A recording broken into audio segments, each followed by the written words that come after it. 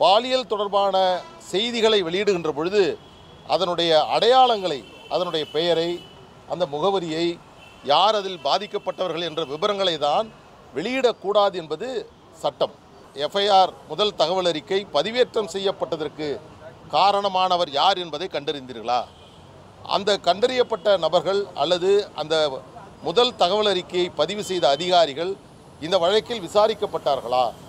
அவர்களிடமிருந்து நீங்கள் ஸ்டேட்மெண்ட் பதிவு செய்திருக்கிறீர்களா என்ற கேள்விகள் எல்லாம் அடுக்கடுக்காக அரசு தரப்பின் சார்பில் ஆஜரான வழக்கறிஞரை பார்த்து கேட்டபோது அப்படி எதையும் அவர்கள் செய்ததான ஆவணத்தை நீதிபதியிடம் ஒப்படைக்கவில்லை.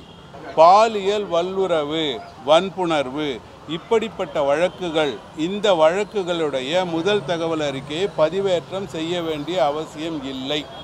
இதையும் தெளிவாக உச்சநீதிமன்றம் 2016 அவங்க தீர்ப்பில் சொல்லிட்டாங்க. ஆனால் நமது சென்னை காவல்துறை பாலியல் வல்லுறவில்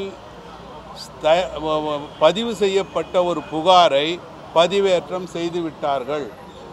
பதிவேற்றம் செய்தது மட்டுமல்ல, அது அடுத்தவர்களுக்கு கிடைக்கக்கூடாது என்கிற வகையில் அதுக்கு ஒரு பூட்டும் போடலை, அது தடையும் செய்யலை. எனவே இந்த எஃப்ஐஆர் எப்படி சொல்கிறாங்களே அது எப்படி இருக்கும்னு யார் யார் பார்த்தாங்களோ அவங்க கண்களுக்கெல்லாம் அந்த எஃப்ஐஆர் தெரிஞ்சு விட்டது. ஸோ இந்த மாதிரி நீங்கள் செய்கிறீங்களே, இது மிகப்பெரிய தப்பு என்று நம்முடைய உயர்நீதிமன்றம் சென்னை காவல்துறையை கண்டனம் செய்தது. இந்த விசாரணையின் போது நாம் தொடர்ந்து பொதுவெளியில் எழுப்பிய அதே கேள்வியை நீதிமன்றம் இன்னைக்கு எழுப்பியது. அதான் ரொம்ப முக்கியமான ஒன்று. இந்த எஃப்ஐஆர் எப்படி பொதுவெளிக்கு வந்தது? அதை பத்திரிகையாளர்கள் செய்யவில்லை. பொதுவெளிக்கு எப்படி இது வந்தது? காவல்துறை தரப்பிலிருந்து தான் இது பொதுவெளிக்கு வந்திருக்கின்றது. காவல்துறை தான் அவர்களுடைய அந்த CCTNS என்று அழைக்கப்படக்கூடிய அந்த போர்ட்டலில் அவங்க அப்லோட் பண்ணாமல் அந்த விஷயம் வெளியில் வர்றதற்கான வாய்ப்பே இல்லை.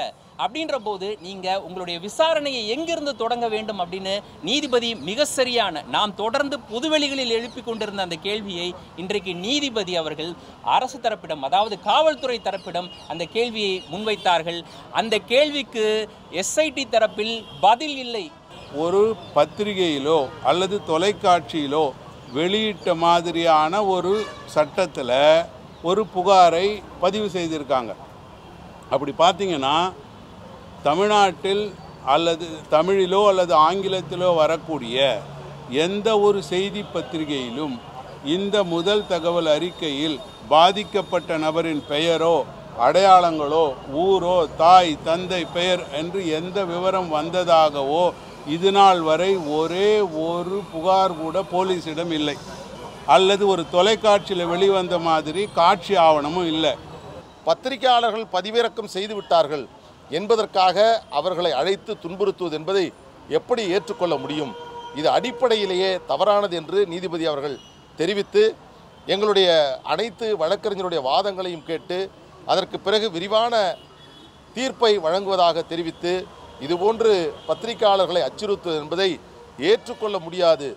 சட்டவிரோதமாக எந்த மத நீதிமன்றத்தினுடைய உத்தரவும் இல்லாமல் பத்திரிகையாளருடைய செல்போன்கள் பறிமுதல் செய்யப்பட்டதையும் ஏற்றுக்கொள்ள முடியாது. அவற்றையெல்லாம் காவல்துறை திரும்பி ஒப்படைக்க வேண்டும் என்று நீதிமன்றம் இன்றைக்கு தெரிவித்திருக்கிறது. ஆதியோடு அந்தமாக நீங்கள் யாருக்கு பிறந்தீங்க, உங்கள் அப்பா யாருக்கு பிறந்தார், உங்கள் தாத்தா யாருக்கு பிறந்தார் என்ற தகவல் முதல் கொண்டு, நீங்கள் வெளிநாடு போனால் யாரோட போனீங்க, எங்கே தங்குனீங்கன்ற தகவல் முதல் கொண்டு, உங்களுடைய பேங்க் அக்கவுண்ட் டீட்டெயில்ஸ்ன்னு சொல்லி எல்லாவித தனிப்பட்ட தகவல்களையும் கேட்கிறார்கள். இது இந்திய குடிமகனின் அடிப்படை உரிமையை பறிக்கும் செயல். அப்போது பத்திரிகையாளர்களுடைய வாயை மூடிவிட்டால், பத்திரிகையாளர்களுடைய குரலை நசுக்கிவிட்டால் என்ன நடக்கும்னா மக்களுடைய குரல் நசுக்கப்படும். எனவே சென்னை பத்திரிகையாளர் மன்றம் இதை எளிதில் விடக்கூடாது என்கிற காரணத்திற்காக சென்னை உயர்நீதிமன்றத்தை நாடி இந்த தகவல் அனைத்தையும் நீதிமன்றத்தின் முன்னாடி எடுத்து வைத்தாங்க. நீதிபதி அவர்கள் இதை சரியான கேள்விகளாக அரசின் முன்னாடியே வச்சாங்க. ஆனால் அரசிடம் எந்த தெளிவான பதிலும் இல்லை. இந்த எஃப்ஐஆர் எப்படி வெளியானது அப்படின்றது அவருடைய கன்சர்னே கிடையாது. எஸ்ஐடியினுடைய கன்சர்ன் அது கிடையாது, அவருடைய கவலை அது கிடையாது அப்படின்றது இன்னைக்கு நீதிபதி எழுப்பிய கேள்விக்கு எஸ்ஐடி தரப்பில் ஆஜரான வழக்கறிஞர் பதிலளிக்க முடியாமல் திணறியது அதைத்தான் காட்டுகின்றது. காவல்துறை இடம் விசாரணையை தொடங்கவே இல்லை. விசாரணைக்கு ஆஜராவதற்கு பத்திரிகையாளர்கள் தயக்கம் காட்டவில்லை. அதனால்தான் நீங்கள் வாட்ஸ்அப்பில் சம்மன் அனுப்பிச்சாலும் கூட நாங்கள் வந்து விசாரணைக்கு ஆஜராகணும். ஆனால் விசாரணை என்ற பெயரில் நீங்கள் எங்களை நடத்தக்கூடிய விதம், நீங்கள் கேட்கக்கூடிய கேள்வி, அதைத்தான் நாம் எதிர்ப்பு தெரிவித்தோம். அதை நீதிபதி சுட்டி காட்டினாங்க. அப்போ நீதிபதி அவர்கள் சொன்னாங்க, நீங்கள் விசாரணைக்கு ஆஜராக நீங்கள் தயாராக இருங்க, அதே போல் அவர்களை கண்ணியமாக நடத்துவதற்கு அவங்ககிட்ட இருந்து இது மாதிரி மொபைல் ஃபோனை நீங்கள் சீஸ் பண்ணுறது இதெல்லாம் கூடாது அப்படின்ற மாதிரியாக இன்றைக்கி அவர் கருத்து தெரிவித்தார். முழு உத்தரவு வரும் பட்சத்தில் நாம் அவர் விளக்கமாக என்ன சொல்லியிருக்கிறார் அப்படின்றது நமக்கு தெரிய வரும். பாலியல் சீண்டல் தொடர்பான முதல் தகவல் அறிக்கை வெளியானது தொடர்பாக மேலும் ஒரு முதல் தகவல் அறிக்கை எஃப்ஐஆர் பதிவு செய்யப்பட்டு அதன் அடிப்படையில் காவல்துறை மற்றும் குற்றப்பிரிவு சார்ந்த புலனாய்வு செய்யக்கூடிய பல்வேறு நிறுவனங்களுடைய முன்னணி செய்தியாளர்கள், செய்தி சேகரிக்கக்கூடியவர்கள் எல்லாம் காவல்துறை விசாரணை என்ற பெயரில் அழைத்து அவர்களை துன்புறுத்தி இந்த வழக்கிற்கு முற்றிலும் சம்பந்தமில்லாத பல்வேறு கேள்விகளை கேட்டு அவர்களை சிறுமைப்படுத்தி அவமதித்து அவர்களை துன்புறுத்தியது மட்டுமல்லாமல் பத்திரிகையாளருடைய செல்போன்கள் பறிமுதல் செய்யப்பட்டு அதில் இருக்கக்கூடிய ஆவணங்கள், அவர்களுடைய தனிப்பட்ட பிரச்சனை, குடும்ப தொடர்பான தகவல்கள் எல்லாம் விசாரணை என்ற அடிப்படையில் சிறப்பு புலனாய்வு குழுவை சார்ந்த காவல்துறை அதிகாரிகள் நடந்து கொண்டது சட்டத்திற்கு விரோதமானது, பத்திரிகையாளர்களுடைய சுதந்திரத்தை பறிக்கக்கூடியது, பத்திரிகையாளர்களை அச்சுறுத்தும் விதமாக காவல்துறை இதுபோன்ற நடவடிக்கைகளை மேற்கொண்டிருக்கிறது. இதற்கு தடை விதிக்க வேண்டும். கைப்பற்றப்பட்ட செல்போன்களை மீண்டும் பத்திரிகையாளர்களிடம் ஒப்படைக்க வேண்டும் என்று இன்று ஒரு வழக்கை உயர்நீதிமன்றத்தில் பல்வேறு பத்திரிகையாளர் தரப்பில் தாக்கல் செய்யப்பட்டது. அந்த மனுக்கள் எல்லாம் இன்று நீதிமன்றத்தில் விசாரணைக்கு வந்தபோது இந்த வழக்கு தொடர்பாக தேவையில்லாமல் காவல்துறை பத்திரிகையாளர்களை அழைத்திருப்பது என்பதே அடிப்படையில் தவறானது. ஏனென்றால் அண்ணா பல்கலைக்கழகம் தொடர்பான அந்த முதல் தகவல் அறிக்கை தொழில்நுட்ப பிரச்சனையின் காரணமாக தவறுதலாக பதிவேற்றம் செய்யப்பட்டுள்ளது என்று சென்னை மாநகர ஆணையர் மற்றும் காவல்துறை அதிகாரிகள் தெரிவித்திருக்கக்கூடிய வேளையில் பதிவேற்றம் செய்யப்பட்டது என்பது காவல்துறை மற்றும் அந்த தொழில்நுட்பத்தினுடைய சார்ந்தவர்களுடைய பிரச்சனையின் காரணமாகத்தான் அது பதிவேற்றம் செய்யப்பட்டிருக்கிறது. இங்கே பாலியல் தொடர்பான செய்திகளை வெளியிடுகின்ற பொழுது அதனுடைய அடையாளங்களை, அதனுடைய பெயரை, அந்த முகவரியை, யார் அதில் பாதிக்கப்பட்டவர்கள் என்ற விவரங்களை தான் வெளியிடக்கூடாது என்பது சட்டம். ஆனால் இங்கே எந்த ஒரு வெளியில் சொல்லக்கூடாத செய்திகளையும் அவர்கள் செய்தியாக வெளியிடவில்லை. மாறாக பதிவேற்றம் செய்யப்பட்டு பொது தளத்தில் இருந்த முதல் தகவல் அறிக்கையை இவர்கள் டவுன்லோடு என்று சொல்வார்கள், அதை இவர்கள் பதிவிறக்கம் செய்ததுக்காக மட்டுமே ஒட்டுமொத்த பத்திரிகையாளர்களையும் காவல்துறை அழைத்திருக்கிறது. இது அடிப்படையிலேயே தவறானது. இதை ஏற்றுக்கொள்ள முடியாது. ஜனநாயகத்தில் 4வது தூணாக இருக்கக்கூடிய பத்திரிகையாளர்களுடைய சுதந்திரத்தை, கருத்து சுதந்திரத்தை, அவர்களுடைய பத்திரிகையாளர்களாக செய்யக்கூடிய பணிகளை அச்சுறுத்தும் விதமாக இந்த செயல் அமைந்திருக்கிறது என்பதை இன்று நீதிமன்றத்தில் நாங்கள் எடுத்துச் சொன்னோம். இந்த வழக்கு வாதத்தில் அரசு தரப்பில் சார்பில் ஆஜரான வழக்கறிஞரை பார்த்து நீதிபதி அவர்கள், இதில் துவக்கத்தில் இந்த எஃப்ஐஆர் முதல் தகவல் அறிக்கை பதிவேற்றம் செய்யப்பட்டதற்கு காரணமானவர் யார் என்பதை கண்டறிந்தீர்களா? அந்த கண்டறியப்பட்ட நபர்கள் அல்லது அந்த முதல் தகவல் அறிக்கையை பதிவு செய்த அதிகாரிகள் இந்த வழக்கில் விசாரிக்கப்பட்டார்களா?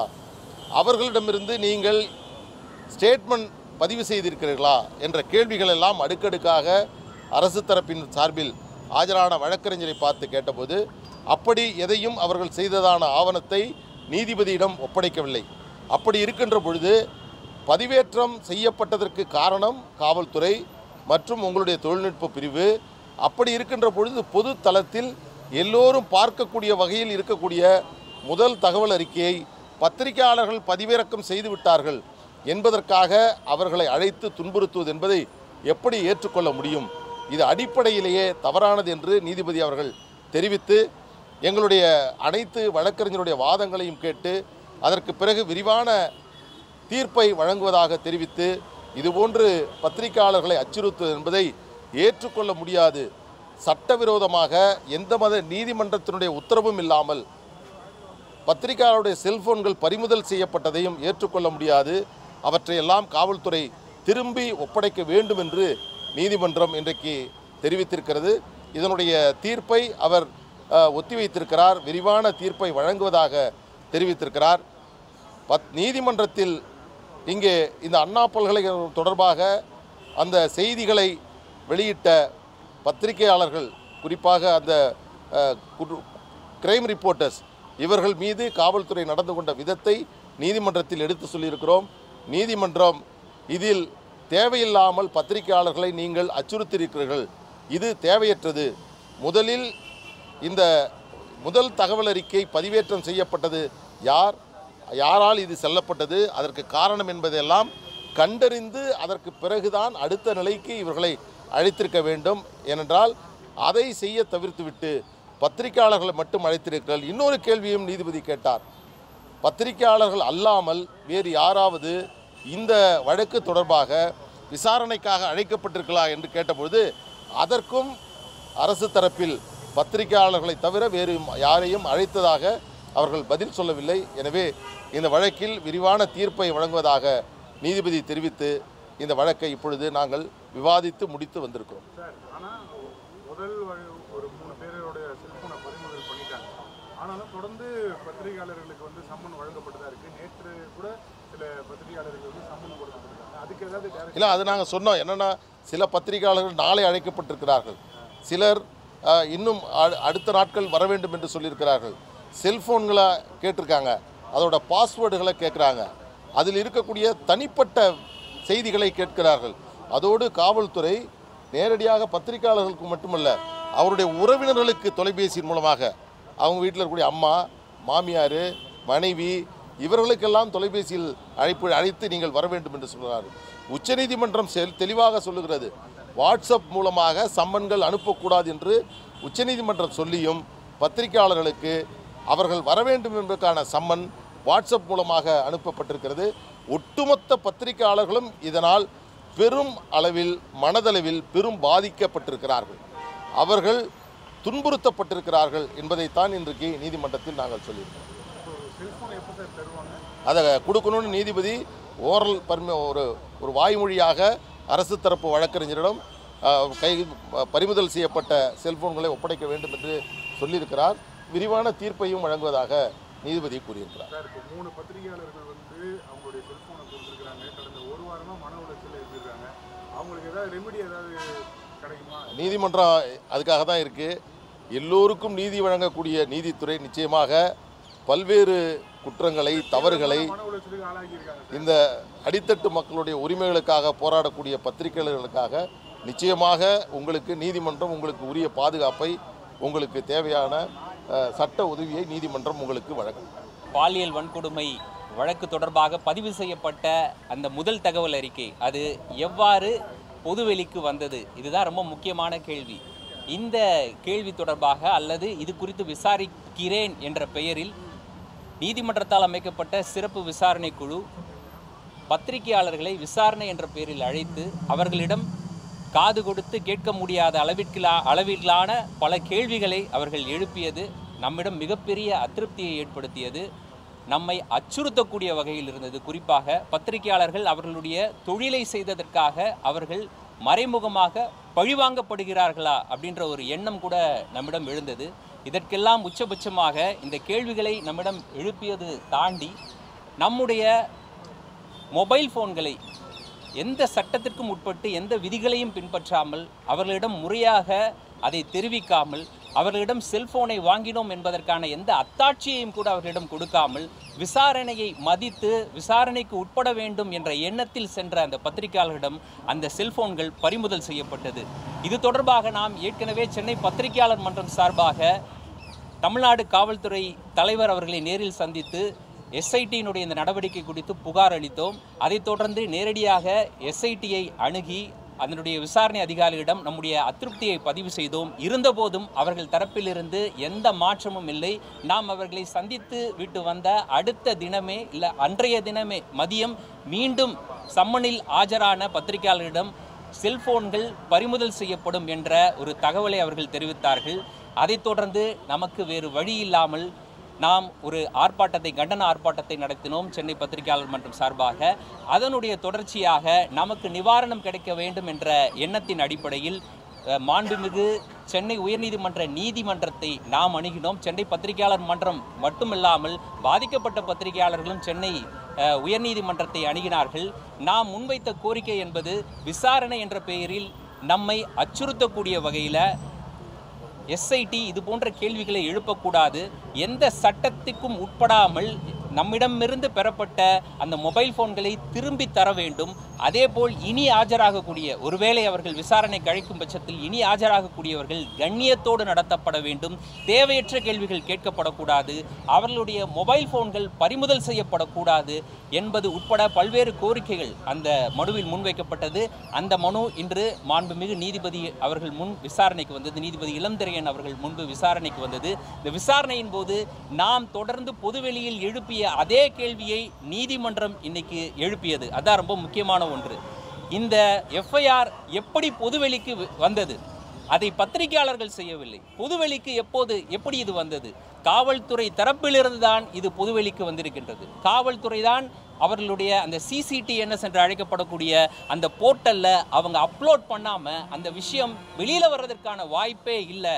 அப்படின்ற போது நீங்க உங்களுடைய விசாரணையை எங்கிருந்து தொடங்க வேண்டும் அப்படின்னு நீதிபதி மிக சரியான நாம் தொடர்ந்து பொதுவெளிகளில் எழுப்பி கொண்டிருந்த அந்த கேள்வியை இன்றைக்கு நீதிபதி அவர்கள் அரசு தரப்பிடம், அதாவது காவல்துறை தரப்பிடம் அந்த கேள்வியை முன்வைத்தார்கள்.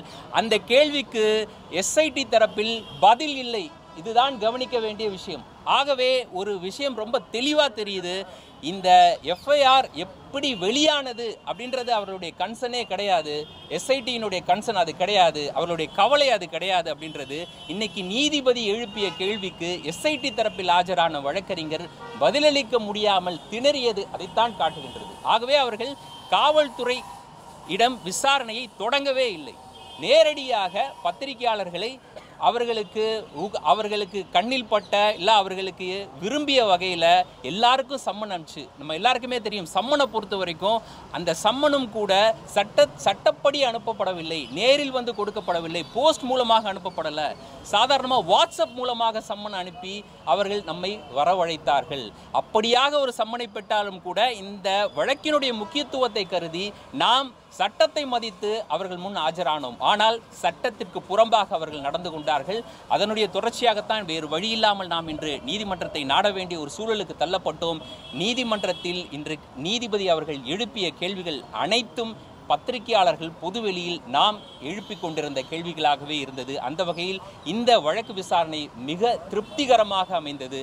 இறுதியாக நீதிபதி அவர்கள் விரிவான ஒரு உத்தரவு விரைவில் பிறப்பிக்கப்படும் என்ற தகவலை தெரிவித்தார். அந்த வகையில் நமக்கு சாதகமான பத்திரிகையாளர்கள், அதாவது பத்திரிகை சுதந்திரத்தை ஒடுக்கக்கூடிய வகையில் எஸ்ஐடி இத்தனை நாட்களாக நடைபெற்று வந்த அந்த விஷயத்திற்கு ஒரு தடை ஏற்படுத்தக்கூடிய வகையில், இல்லாட்டா அப்படியாக நடந்து கொள்ளக்கூடாது என்ற வகையில் நம்மிடம் பெறப்பட்ட அந்த செல்போன்கள் திரும்ப ஒப்படைக்கப்பட வேண்டும். இனி புதிய வகையில் செல்போன்களை பறிமுதல் செய்யக்கூடாது என்பது போன்ற ஒரு சாதகமான உத்தரவு அதில் இடம்பெறும் என்ற நம்பிக்கை சென்னை பத்திரிகையாளர் மன்றத்திற்கு இருக்கின்றது. அந்த வகையில் தான் இன்றைய நீதிபதி எழுப்பிய கேள்விகள் இருந்தது. அந்த வகையில் அதை நாம் நம்புகின்றோம்.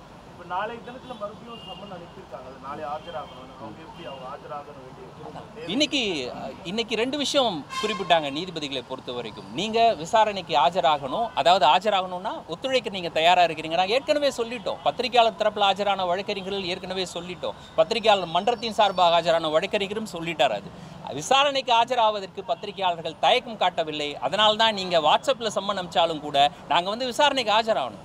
ஆனால் விசாரணை என்ற பெயரில் நீங்கள் எங்களை நடத்தக்கூடிய விதம், நீங்கள் கேட்கக்கூடிய கேள்வி, அதைத்தான் நாம் எதிர்ப்பு தெரிவித்தோம். அதை நீதிபதி சுட்டி காட்டினாங்க. அப்போ நீதிபதி அவர்கள் சொன்னாங்க, நீங்கள் விசாரணைக்கு ஆஜராக நீங்கள் தயாராக இருங்க, அதே போல் அவர்களை கண்ணியமாக நடத்துவதற்கு அவங்ககிட்ட இருந்து இது மாதிரி மொபைல் ஃபோனை நீங்கள் சீஸ் பண்ணுறது இதெல்லாம் கூடாது அப்படின்ற மாதிரியாக இன்றைக்கி அவர் கருத்து தெரிவித்தார். முழு உத்தரவு வரும் பட்சத்தில் நாம் அவர் விளக்கமாக என்ன சொல்லியிருக்கிறார் அப்படின்றது நமக்கு தெரிய வரும். சில இதுக்கு முன்பாக பறிமுதல் செய்யப்பட்ட அந்த மொபைலில் இருந்து சில ஃபோட்டோஸ்லாம் எடுத்திருக்காங்க, அது எங்களுக்கு மன உளைச்சலாக இருக்குது அப்படின்னு சொல்லிட்டு இதுக்கு முன்னாடி போன பத்திரிகையாளர்கள் தெரிவிச்சிருக்காங்க. அவங்களுக்கு என்ன மாதிரியான ரெமெடி? அவர்கள் சார்பாக ஆஜரான வழக்கறிஞர்களும் இந்த விஷயத்தை நம்ம நீதிமன்றத்தில் முன் வச்சோம். அப்போது அவர்களை நீதிபதிகளை பொறுத்த வரைக்கும் இன்றைக்கி அந்த மொபைல் ஃபோனை திருப்பி கொடுங்கன்னு கேட்கும் பொழுது நாங்கள் வந்து கோர்ட்டில் சப்மிட் பண்ணுறோம், அங்கேருந்து வாங்கிக்கங்க அப்படின்ற மாதிரியாக அரசு தரப்பிலிருந்து, அதாவது காவல்துறை தரப்பிலிருந்து வழக்கறிஞர் சொல்லும்போது நீதிபதிகள் அதையும் சுட்டி காட்டி கேட்டாங்க. அப்போது நீங்கள் அவர்களை வந்து குற்றவாளிகள் ஆக்குகிறீர்களா அப்படின்ற மாதிரியான ஒரு கேள்வி எழுப்பப்பட்டது. ஸோ இதற்கான ஒரு விரிவான பதில் அப்படின்றது முழு உத்தரவு நம்மக்கிட்ட கிடைக்கும் பொழுது நீதிபதி அவர்கள் என்ன சொல்லியிருக்கிறார் இந்த விஷயத்தில்ன்றது நமக்கு தெரிய வரும்.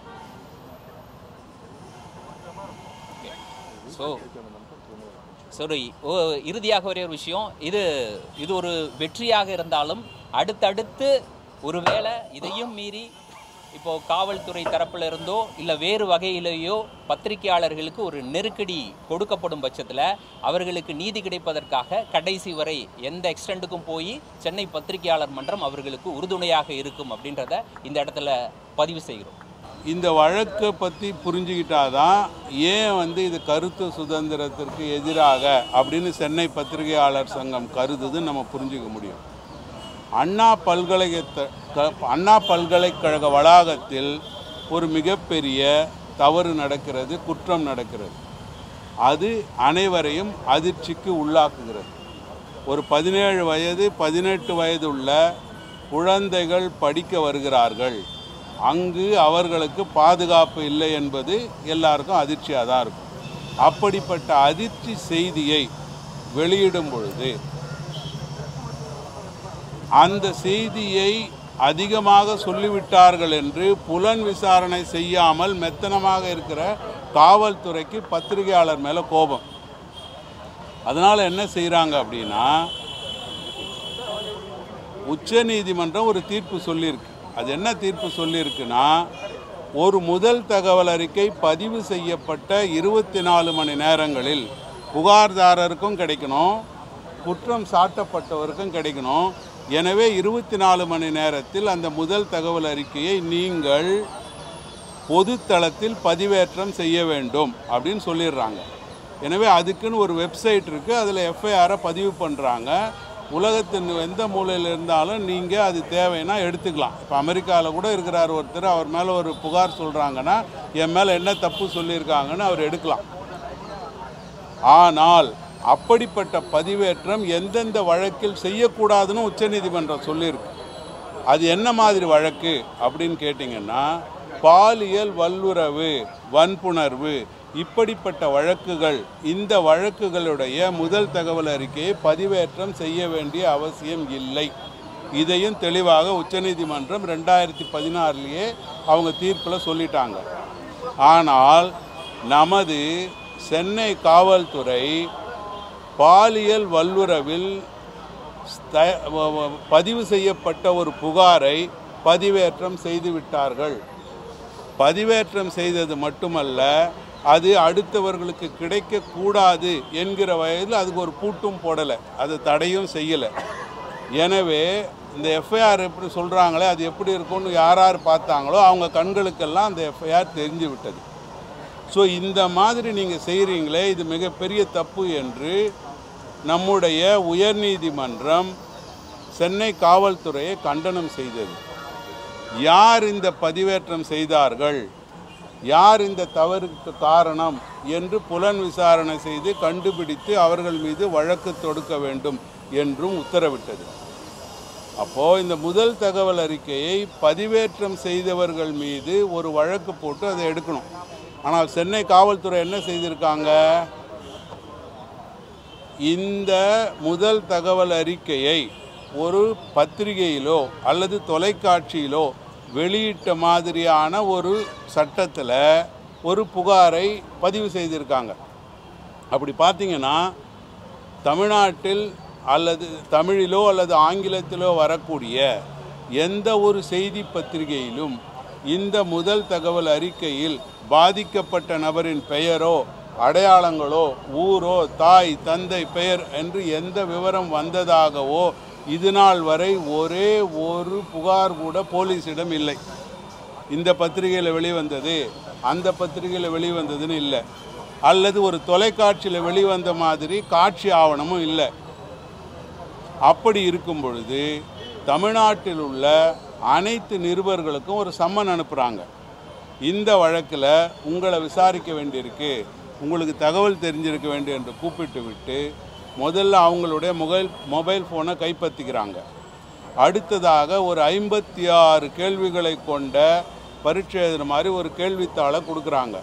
அதில் ஆதியோடு அந்தமாக நீங்கள் யாருக்கு பிறந்தீங்க, உங்கள் அப்பா யாருக்கு பிறந்தார், உங்கள் தாத்தா யாருக்கு பிறந்தாருன்ற தகவல் முதல் கொண்டு, நீங்கள் வெளிநாடு போனால் யாரோட போனீங்க, எங்கே தங்குனீங்கன்ற தகவல் முதல் கொண்டு, உங்களுடைய பேங்க் அக்கவுண்ட் டீட்டெயில்ஸ்ன்னு சொல்லி எல்லாவித தனிப்பட்ட தகவல்களையும் கேட்கிறார்கள். இது இந்திய குடிமகனின் அடிப்படை உரிமையை பறிக்கும் செயல். இப்படிப்பட்ட உரிமை பறிப்பு செயலை எதிர்க்கக்கூடிய, அதை அதிகாரத்தில் உள்ளவர்களுக்கு கேட்க வேண்டிய செயலை செய்பவர்கள்தான் பத்திரிகையாளர்கள். அப்போது பத்திரிகையாளர்களுடைய வாயை மூடிவிட்டால், பத்திரிகையாளர்களுடைய குரலை நசுக்கிவிட்டால் என்ன நடக்கும்னா மக்களுடைய குரல் நசுக்கப்படும். எனவே சென்னை பத்திரிகையாளர் மன்றம் இதை எளிதில் விடக்கூடாது என்கிற காரணத்திற்காக சென்னை உயர்நீதிமன்றத்தை நாடி இந்த தகவல் அனைத்தையும் நீதிமன்றத்தின் முன்னாடி எடுத்து வைத்தாங்க. நீதிபதி அவர்கள் இதை சரியான கேள்விகளாக அரசின் முன்னாடியே வச்சாங்க. ஆனால் அரசிடம் எந்த தெளிவான பதிலும் இல்லை. ஏன்னா என்ன கூப்பிடுறாங்கன்னு வச்சுங்க, இப்போ இளங்கோவனையே கூப்பிடுறாங்கன்னா எதுக்கு கூப்பிடுறாங்க? செக்ஷன் 72 BNSல ஒரு பாதிக்கப்பட்ட நபரின் அடையாளம் வெளியிடப்படக்கூடாது, அது வெளியிட்டீர்கள், அதனால் என்னை கூப்பிடுறீங்கன்னா நான் எந்த பத்திரிகையில் வெளியிட்டேன், இல்லை எந்த டெலிவிஷனில் சொல்ல, இல்லை ரேடியோவில் சொன்னேன்னு எனக்கு சொல்லணும். அப்போ தான் அது நானா, என் குரலா, என் முகமா, என்ன மாதிரி மிமிக்ரி பண்ணாங்களா, நானே தானான்னு நான் பதில் சொல்ல முடியும். ஆனால் அப்படி எதுவுமே இல்லாமல் ஊர் உலகம் எங்கே இருக்கிற ரிப்போர்ட்டர் வீடுகளுக்கும் சம்மன் அனுப்பி நீங்கள் வந்தே ஆகணும், உங்கள் ஃபோனை எடுத்துகிட்டு வாங்க, என்கிட்ட கொடுத்துட்டு போங்க, இந்த 56 கேள்விக்கு பதில் சொல்லுங்கன்னா அந்த 56 கேள்விகள் ரைட் டு ப்ரைவசி என்கிற நம்முடைய அடிப்படை உரிமையை மீறுது. அதாவது ஒரு இந்திய குடிமகன் தான் எல்லாவற்றிற்கும் அதிகாரம் கொடுக்குறான். அது இந்த நீதிமன்றத்துக்கு கொடுக்குற அதிகாரமும் இந்த குடிமகன் தான். அப்போ அந்த இந்திய குடிமகனுடைய ஜட்டி வரைக்கும் வெளியில் எடுத்து பார்க்க முடியும் அப்படின்னு ஒரு அதிகாரம் இருக்கிறதான்னா கிடையாது. ஏன்னா நமக்கு ஒரு தனித்துவமான உரிமை இருக்குது, நம்முடைய ரைட் டு ப்ரைவசி இருக்குது. இப்போ அதை மீறுகிற கேள்வியை கேட்கின்ற அதிகாரம் காவல்துறைக்கு இல்லை. ஆனால் தெரிந்தே அடிப்படை உரிமையை மீறுகிறார்கள். இதற்கு தடை கோரி வழக்கு போட்டிருக்கும்.